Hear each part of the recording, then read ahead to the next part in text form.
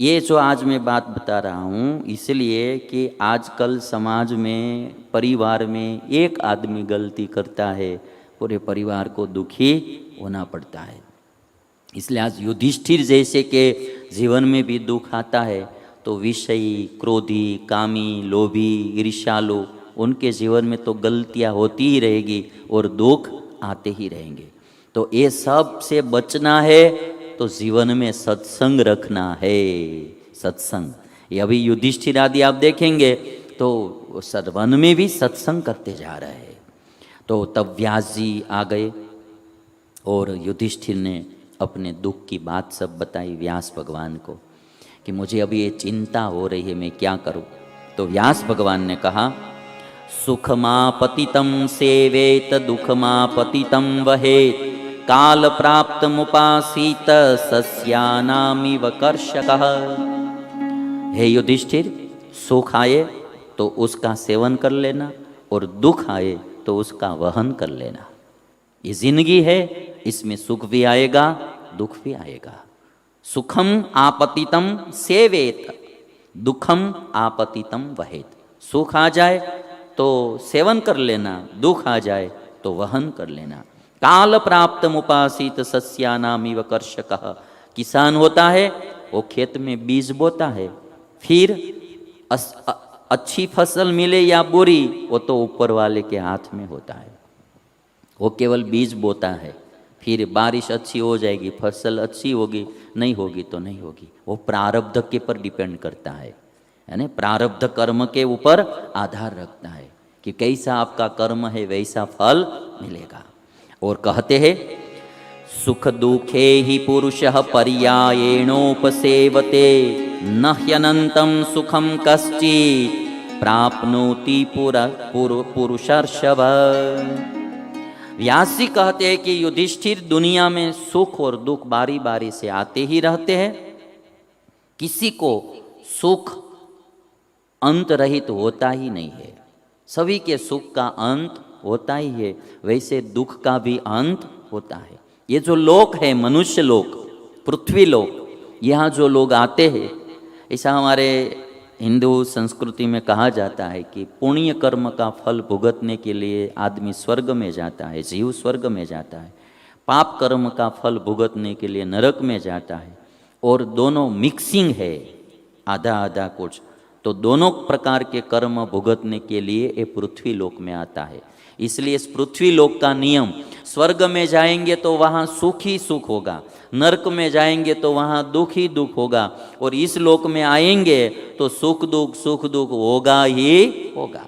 मात्रा अधिक न्यून रहेंगे सबके जीवन में, किंतु किसी का जीवन 100% सुखी नहीं होता है, 100% दुखी नहीं होता है। सुख दुख सबके जीवन में आएंगे। इस लोक में हम आए हैं तो सुख दुख तो आएंगे ही, ये बहुत पक्का नियम है। सभी के जीवन में सुख दुख आएंगे ही। जीवन है अगर जहर तो पीना ही पड़ेगा। दुनिया में हम आए हैं तो जीना ही पड़ेगा, दुनिया में हम आए हैं तो जीना ही पड़ेगा। जीवन है अगर जहर तो पीना ही पड़ेगा। ये तो जीवन है, इसमें सुख दुख आएंगे। और कहते हैं, इह यत् क्रियते कर्म तत्परत्रोपयुज्यते तस्मात् शरीरं युञ्जीत तपसा नियमेन च। व्यास भगवान कहते कि इस दुनिया में जो कर्म करते हैं वो परलोक में भी भुगतने का होता है, इस लोक में भी परलोक में भी। इसलिए कर्म करने में ध्यान रखना है। सुख दुख का सबसे बड़ा कारण होता है कर्म। एक कर्म का जाल ऐसा है ना, पता ही नहीं चलता है।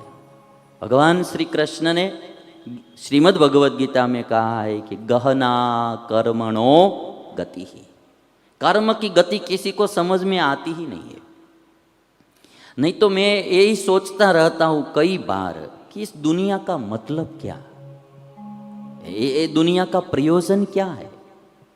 कई लोग, अबजों लोग, यानी करोड़ों अबजों लोग यानी यहाँ आते हैं, रात दिन परिश्रम करते हैं, मर जाते हैं,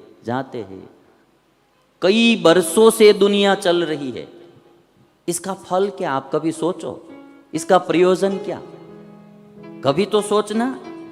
किस लिए ये जितने लोग आते हैं इस दुनिया में? अभी हम 700 करोड़ लोग हैं, 700 करोड़ से ज्यादा, यानी सुबह से शाम तक सब प्रयत्न करते हैं, जन्म से मरण तक प्रयत्न करते हैं, विकास करने के लिए करते हैं। तो कई साल बीच गुजर गए, कई लोग आकर चले गए, अभी तक दुनिया का विकास नहीं हुआ है। ये सोचने जैसी बात है ना मुन्ना भाई? आप सोचो, 700 करोड़ लोग अभी हम जिंदा है, सुबह से लेकर शाम तक पुरुष प्रयत्न करते हैं, और हमारे जैसे तो अरबों खरबों लोग इधर आए और गए, सब ने सारी जिंदगी प्रयत्न किया, अभी तक दुनिया का विकास नहीं हुआ है। अब देख लो, क्योंकि ये दुनिया का स्वभाव है विनाश। यहां आप कितना भी करेंगे विनाश होता ही जाएगा। इस दुनिया के पास 2000 वर्ष की भी हिस्ट्री नहीं है, इतिहास नहीं है।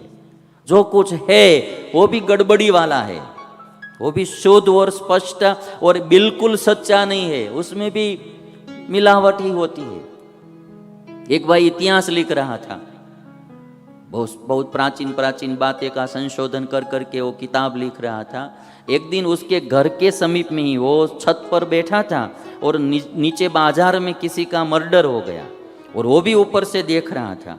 तो अचानक नीचे आया तो सबसे पूछा कि भाई ये कैसे मर्डर हुआ? तो जितने लोग वहाँ खड़े थे उन सब ने अलग अलग बात बताई। किसी ने कहा कि इस तरह से हुआ, किसी ने कहा कि इस तरह से हुआ। तो वो आदमी ने ऊपर जाकर जो अपनी इतिहास की बुक लिख रहा था फाड़ कर उसका अग्नि संस्कार कर डाला कि जो घटना मेरे सामने घटी है अभी, है ना, और उसका भी पूरा पुरावा नहीं मिलता है, सबूत ठीक से नहीं मिलता है, तो प्राचीन घटनाओं की बात कहाँ करेंगे हम? किसी का यहाँ इतिहास का नामना भी नहीं रहेगी। वही बोलेगा कि नामना रह जाए, नामना भी क्या रहेगी? ये एक दिन सब लोग भूल जाएंगे सब। और इसीलिए एक कर्म की जो गति, मुझे तो लग रहा है कि कर्म का फल भुगतने के लिए ही सबको यहाँ आना है और जाना है, और कोई प्रयोजन तो है ही नहीं, और कोई प्रयोजन नहीं है। किस लिए ये सब हम परिश्रम कर रहे हैं, मेहनत कर रहे हैं? हाथ में कुछ आता नहीं, यहाँ कोई कुछ लाता नहीं, यहाँ से कोई कुछ लेकर जाता नहीं, सारी जिंदगी परिश्रम। और वृद्धावस्था में तो प्रायः सब प्रार्थना करते हैं, हे भगवान अब ले लो हमको।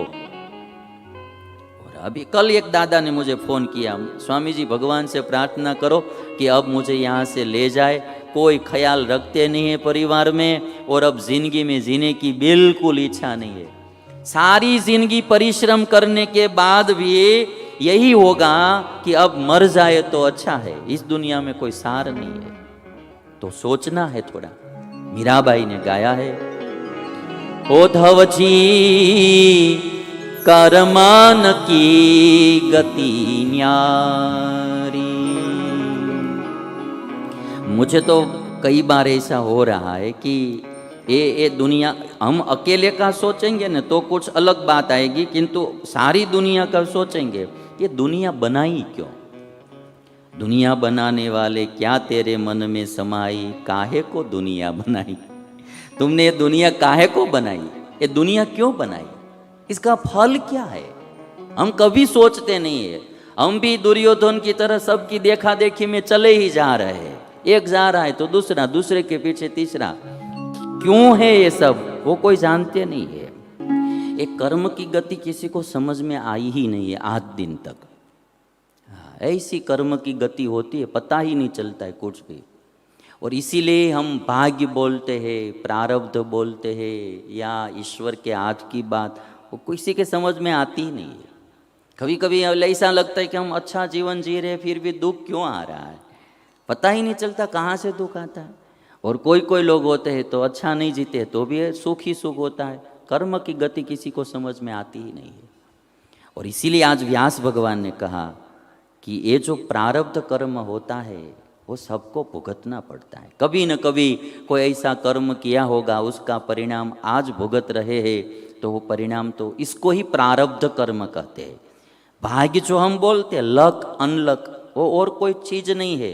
पूर्व जन्म में हमने जो किया है कर्म, उसका फल आज भुगत रहे हैं, वही भाग्य है, वही लक अनलक है, और कुछ नहीं है। और अनलक जब शुरू हो जाता है ना, तब क्या होता है, हम मेहनत बहुत करते हैं, फल नहीं मिलता है। खेत में बोते हैं बहुत कुछ, किंतु फसल नहीं आती है।